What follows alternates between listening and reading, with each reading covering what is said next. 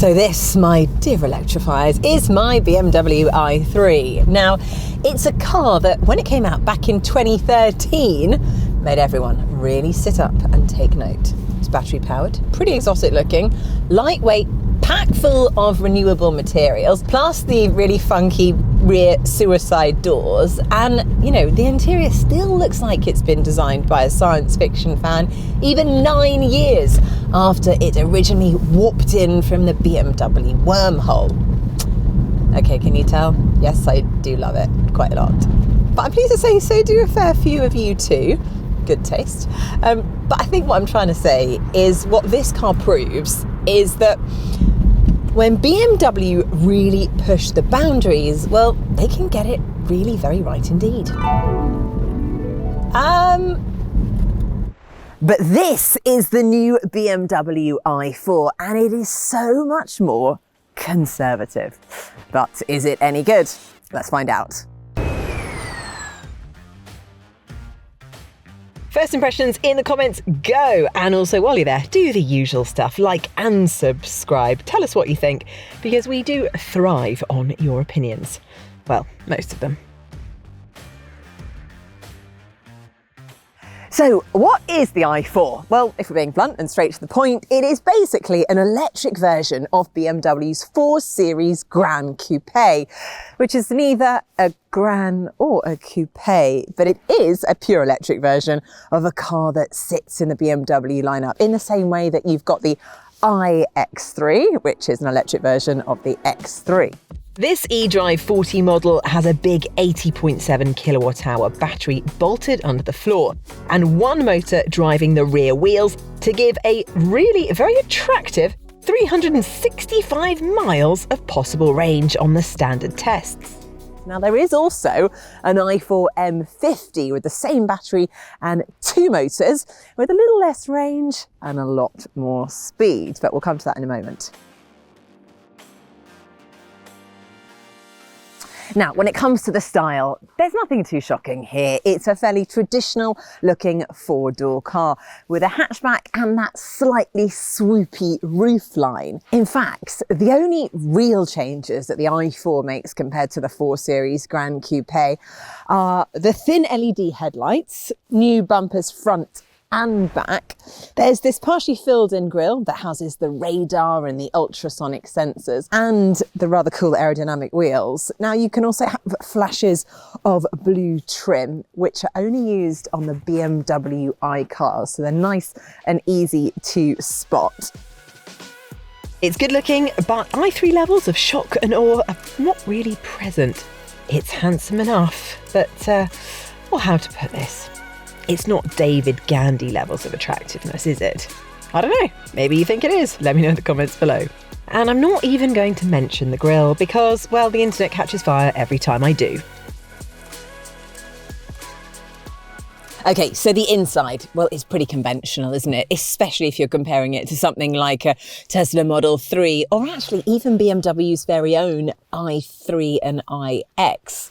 Now, I don't think that's to say it's old-fashioned. It's just a bit more familiar, a bit less controversial. It's more what you're used to.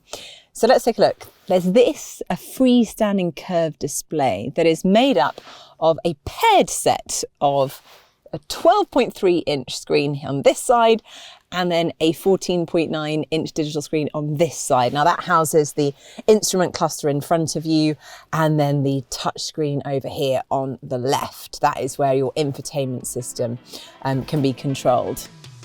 This is actually BMW's 8th generation of the iDrive operating system. And I have to say, you do need to spend a bit of time getting used to it, but once you do, it's fast, it's intuitive, and it's pretty darn good. There's also Apple CarPlay and Android Auto, as well as smartphone mirroring, and even new over-the-air functions that can update software via a 4G SIM card that lives in the car. Now, it's always nice to know that your car will have up-to-date maps and things just like your phone would. Now, for the climate control, there is a button right in the middle here, which is nice and easy to use. There are additional physical buttons if maybe you need to do something in a hurry down here. Quite useful, I think, when you're driving and you don't want to take your eyes off the road, so be faffing around with your infotainment system to have those physical buttons. I quite like it. As you might expect, there's a full set of gadgets available, from driver assist systems to gesture control. For a full rundown of all that, please do go to electrifying.com. Now, on to my favourite part of the story. This car has an intelligent personal assistant. Basically your very own PA. This is stuff I could only dream of. But what it does is it actually learns where you go, how you do things, and then it suggests things that might actually be helpful to you. Take this for example. If you perhaps go to the office every day and you swipe a security pass at the car park entrance, well, the i4 will notice that you open the window at exactly the same location every day. So as you're approaching that point, the car will automatically suggest that it opens the window for you.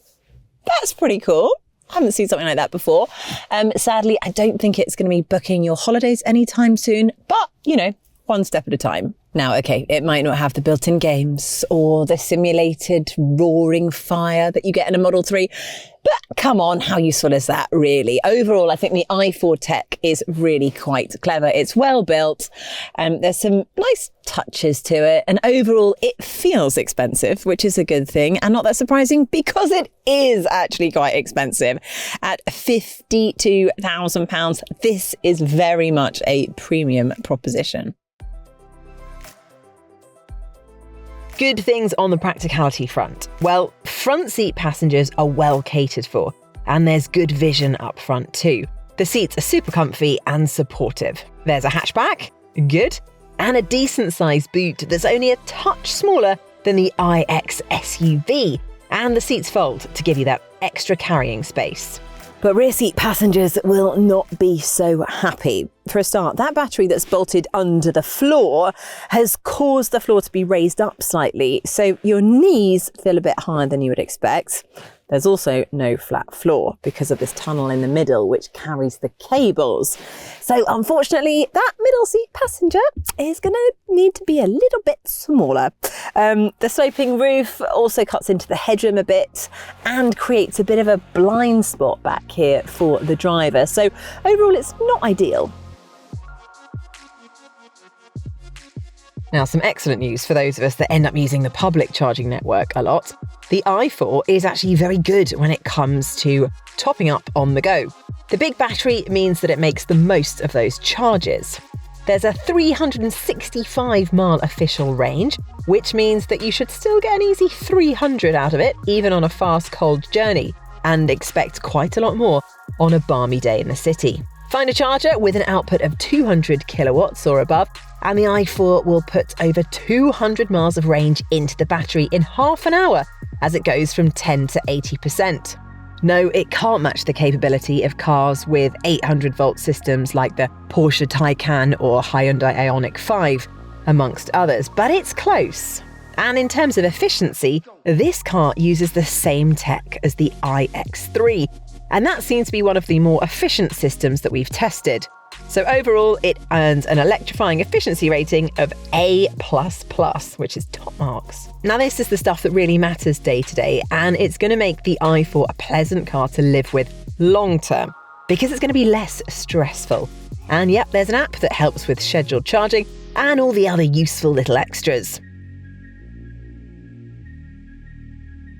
Now, as I mentioned earlier, there is a version of the i4 called the i4 M50. It has two motors, all-wheel drive and more power. And it sprints from 0 to 62 miles per hour in less than 4 seconds. Very nice indeed. It also has sportier suspension. It's basically more like a petrol-powered M4, but it does have less ultimate range. So, you know, it might lose in a game of electric car top trumps. There's a thought.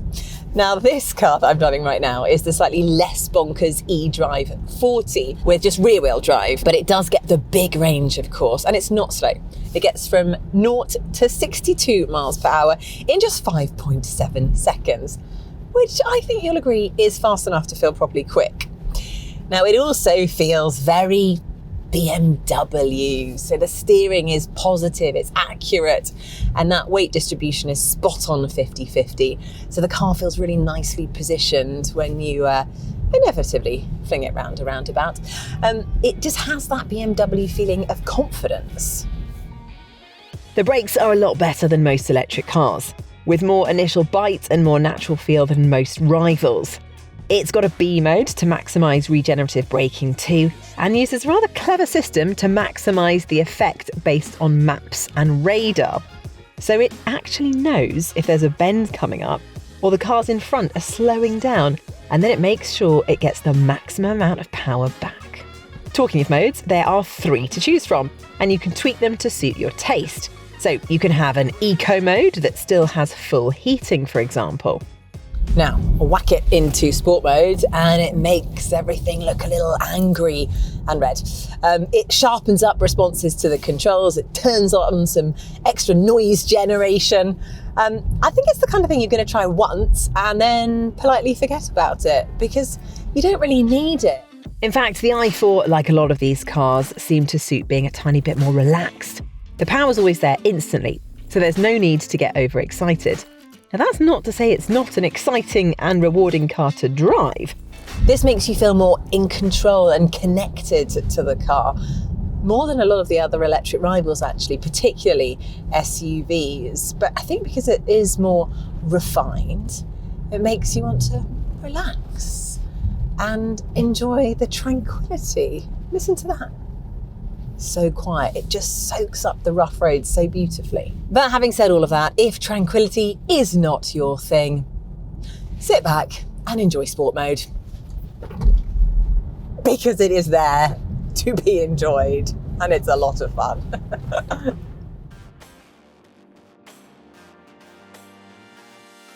So is it too soon to call an i3 iconic?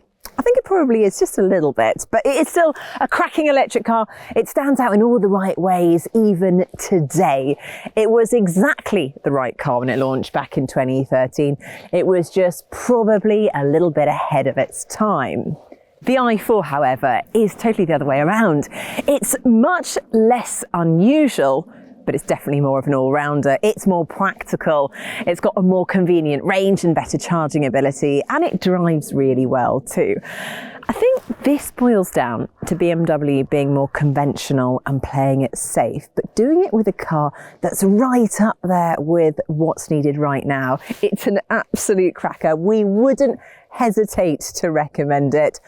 Mind you, I am going to be going home in my i3, and I'm proud of that. So is that Tesla Model 3 or Polestar 2 deposit a good idea now that the BMW i4 is out? Well, if you want help deciding, then please log on to electrifying.com and we will help you make that big decision. And do watch out for our videos comparing the i4 to its rivals.